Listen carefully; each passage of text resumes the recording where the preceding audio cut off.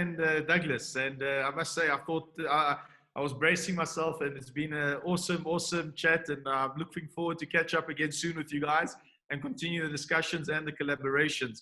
And I actually, if there is time in between, if there's a short video you want to send us that we can play, or something that some positive aspects or whatever you guys may want to share, it will be a pleasure to play it if there is a break, because we're kind of running short for breaks.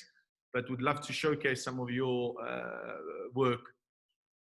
For now, the other one we can also play with a specific topic that we want to discuss, and I would love to take that. But yeah, if you can wrap up from a social economy perspective, sure, great. Thank you. And Doug and Sonia, just before, just to let you know that we have one of our viewers who is asking a question for you. So I don't know when you want to respond to it, now or after. Yeah, you can ask. It was for Doug. Daphne asked, Doug, have you spoken to the locals about what you mentioned, that they should seek for solutions themselves? What have they said? My view is that they are very skeptical and mistrustful of governments, NGOs, etc., on local and European level. Well, currently, in the days that led up to the closure of society and the lockdown, we were developing a project called We're More Than This, which gave opportunity for individuals to be able to communicate the realities that go past the stereotypes. And we spent a lot of time talking to business owners, cafe owners, individuals, taxi drivers, just people that are residents or have chosen to relocate to Lesbos. And they spoke their minds, and they spoke openly and freely about what they see are the challenges that we've discussed pretty deeply in different times. And I think that's what Vasily was bracing against. They're thinking like, oh, here we go. We're going to have a healthy debate about the topics. But I think we come from the same place.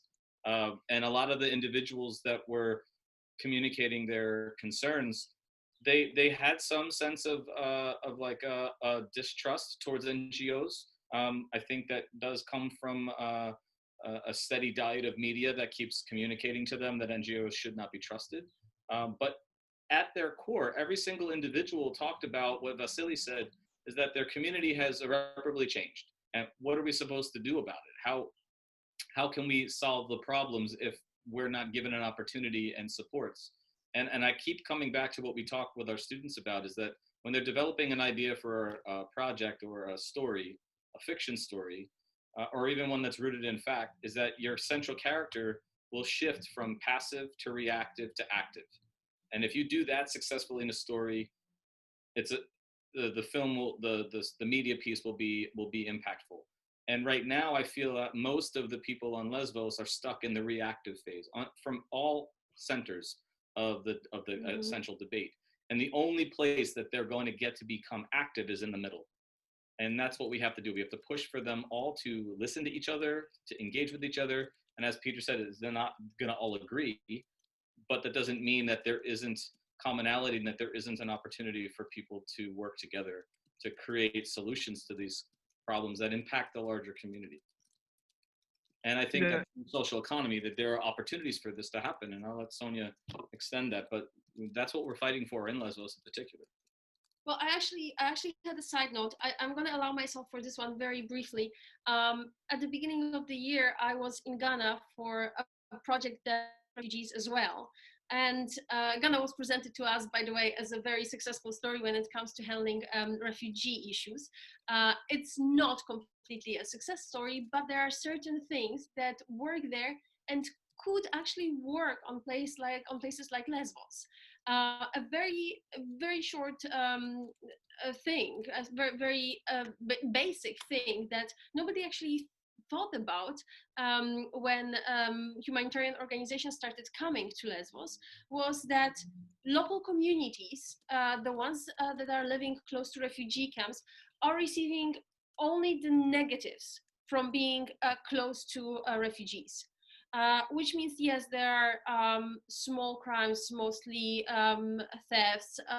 People are stealing, usually like oranges, but some trees are being destroyed. So yes, there are negative things happening, And locals are seeing only this. When we take the small village of Moria, just next to Moria camp, which everybody knows about, and nobody knows about those villagers, usually older population, we only see problems. We don't see anything positive happening. When in Ghana, for example, in those communities where the government decided to locate refugees, they are getting a percentage to develop their community. Percentage from the humanitarian aid that the refugee camp gets. Even if it's usually very small, 1 to 3%, we're getting it, and they are being asked by the local authorities and UNHCR or other big organization that provides aid there. What would you like? Would you like piping system? Because they don't have any. Would you like a school facility? And then we're putting those 1% into your account, and we're building this thing. And they're actually profiting from being close to refugees. And this also allows them to a little bit identify and integrate with refugees. It's not this thing that we all know, which is us and they. We are in this together because this humanitarian crisis touches all of us, both positively and negatively, right? Social economy.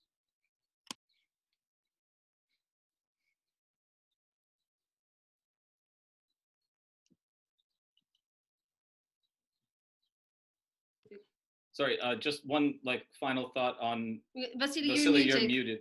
But one final thought on social engagement, social and entrepreneurial engagement, is that the core of our programming is about young individuals being able to have marketable skills. Now that's universal. We work for marginalized communities. It doesn't matter if that's a European community, a refugee community, an indigenous community. Every single individual should have an access point and the skills necessary to succeed in the modern culture, in the modern economic society. That should create opportunities for there to be individuals from all of these communities in Lesbos to work together on that. So an ideal dream of ours would be, what if young Greeks and old Greeks, locals on the island, and refugees and NGO workers, and all of those people came together and actually created media together, or created music together, or created art together, or created a small business together, or did all of those things, where it is funding that required there to be cultural cohesion, required stakeholders from all of them to be part of to truly come to the middle. And you pitch it out to all of them and say, what are your ideas? And see what comes back to the center.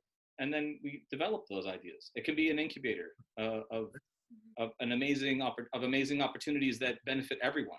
And until, as Sonia said, until they start seeing that there are opportunities for them individually and communally to benefit, they probably will stay in the reactive phase.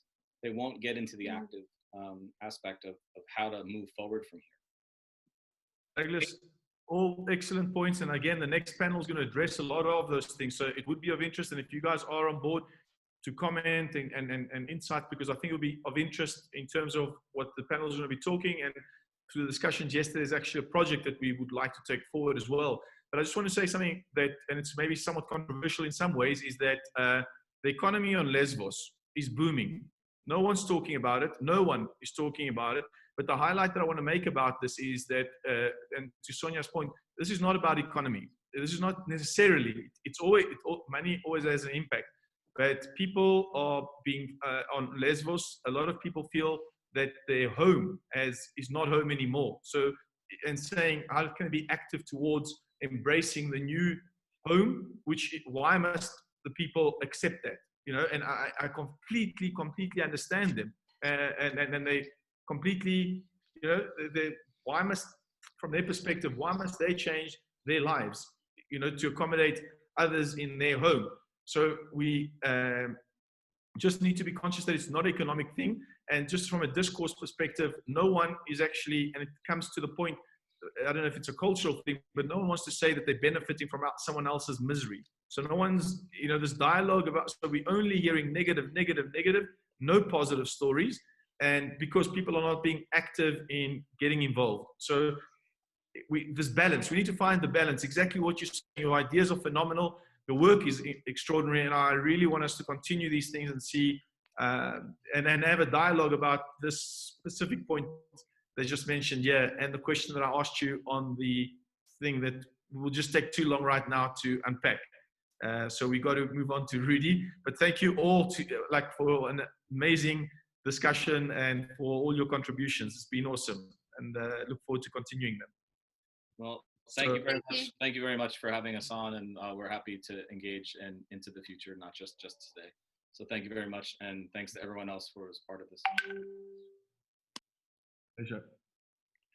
Thank you, guys. Thank you. Thank you.